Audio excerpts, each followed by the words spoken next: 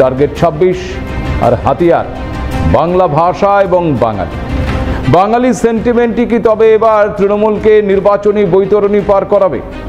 মহারাষ্ট্র, ওড়িশা, গুজরাট, অসম এই বিজেপি শাসিত রাজ্যগুলোতে অনুপ্রবেশকারী বাংলাদেশির খোঁজ করতে গিয়ে পশ্চিমবঙ্গের বাঙালি বাসিন্দাদের হেনস্থা করে মমতা বন্দ্যোপাধ্যায়ের হাতে কি তবে ব্রহ্মাস্ত্র তুলে দিল গেরুয়া শিবির?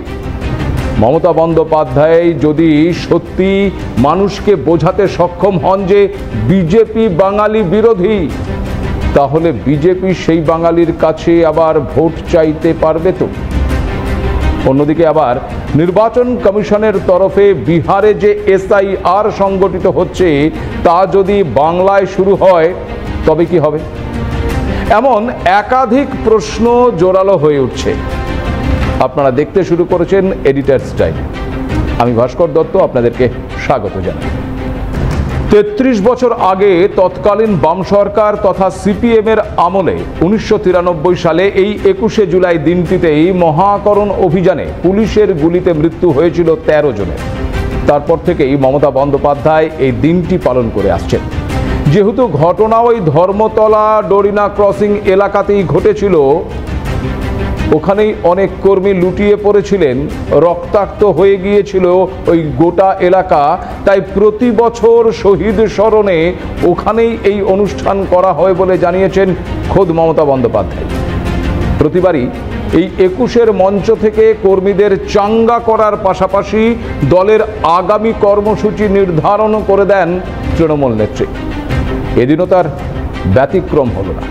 তবে এবারের 21শে জুলাই যেহেতু আগামী 26-এর বিধানসভা নির্বাচনের আগে শেষ 21শে জুলাই, তাই স্বাভাবিকভাবেই এদিন নির্বাচনের রূপরেখাই তৈরি করে দিলেন মমতা বন্দ্যোপাধ্যায়।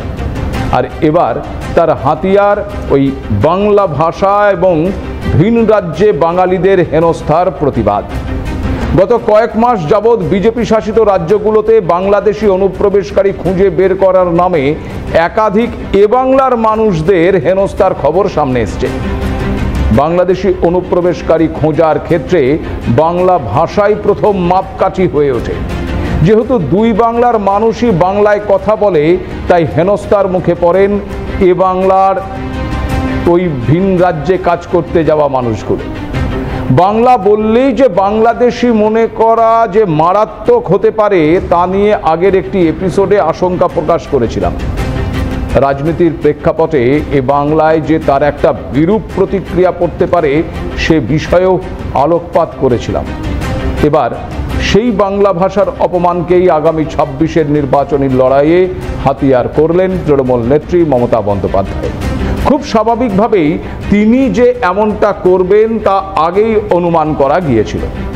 গোটা বিষয়টিকেই ভাষা আন্দোলনের দিকেই নিয়ে গেলেন তৃণমূল সুপ্রিমো।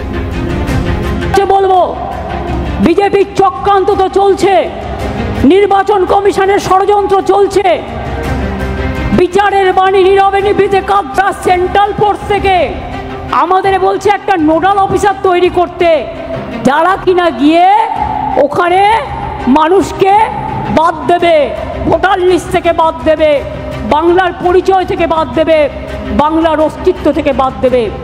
বাংলা ভাষার ওপর চলছে বিরাট সন্ত্রাস, বাংলা ভাষার ওপর সন্ত্রাস। আমরা মেনে নেব না, পায়ে পড়লেও মেনে নেব না, আপনারা ক্ষমা চাইলেও মেনে নেব না, জীবন দিতে রাজি আছি। ভাষার ওপর সন্ত্রাস মানব না। ভাষা আন্দোলন শুরু হবে 27শে জুলাই থেকে।